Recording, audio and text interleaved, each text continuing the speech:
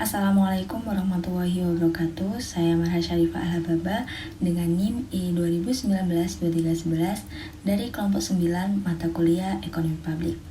Langsung saja saya akan melanjutkan materi dari pemateri pertama, yaitu materi selanjutnya insiden pajak pendekatan keseimbangan umum. Nah, model insiden pajak dengan pendekatan keseimbangan umum ditemukan oleh Heberger dengan menggunakan asumsi yang pertama, dalam perekonomian hanya ada dua faktor produksi, yaitu tenaga kerja dan modal.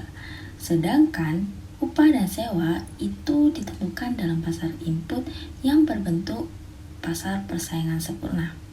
Yang kedua, tenaga kerja dan modal dipergunakan untuk memproduksi barang dari sektor X dan sektor Y. Yang ketiga, dalam setiap sektor, proses produksi mempunyai sifat constant scale return to scale.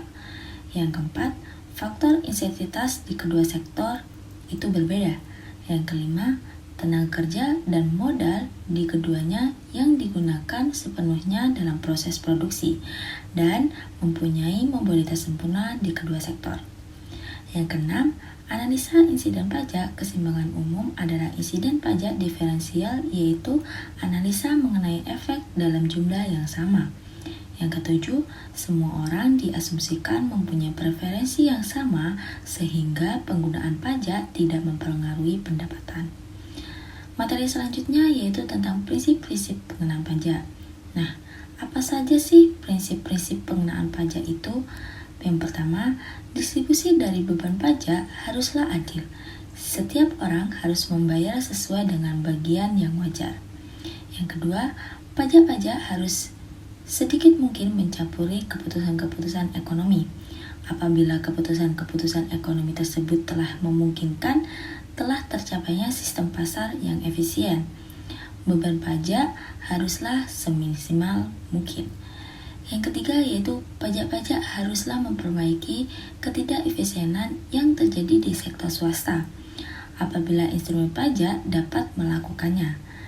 Yang keempat, struktur pajak haruslah mampu digunakan dalam kebijakan fiskal untuk tujuan stabilisasi dan pertumbuhan ekonomi. Yang kelima, sistem pajak harus dimengerti oleh wajib pajak. Yang keenam, administrasi pajak dan biaya pelaksanaannya haruslah sedikit mungkin. Yang ketujuh, kepastian. Yang kedelapan, dapat dilaksanakan. Dan yang kesembilan, yaitu dapat diterima. Materi selanjutnya yaitu tentang prinsip manfaat dalam perpajakan. Menurut prinsip ini, setiap orang haruslah membayar pajak sebesar manfaat yang dia terima dari aktivitas pemerintah. Nah, dari definisi tersebut dapat dilihat bahwa prinsip manfaat sesuai dengan insiden keseimbangan anggaran. Kedua-duanya berdasarkan model pertukaran sukarela. Yang selanjutnya yaitu prinsip kemampuan membayar pajak. Nah, menurut prinsip ini, setiap orang haruslah membayar bagiannya dengan sesuai kemampuan untuk membayar. Prinsip ini tidak mempunyai dasar ilmiah. Mengapa demikian? Karena didasarkan pada sesuatu yang sangat abstrak.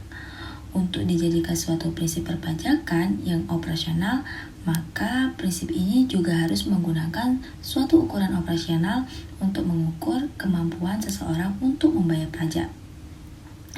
Materi selanjutnya yaitu tentang konsep kesamaan absolut.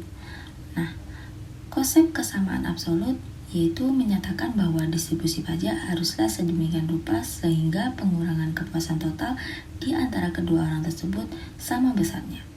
Sedangkan konsep kesamaan proporsional yaitu konsep kesamaan yang menyatakan bahwa pengenaan pajak harus sedemikian rupa sehingga proporsi dan pengurangan kepuasan total antara kedua orang tersebut sama besarnya.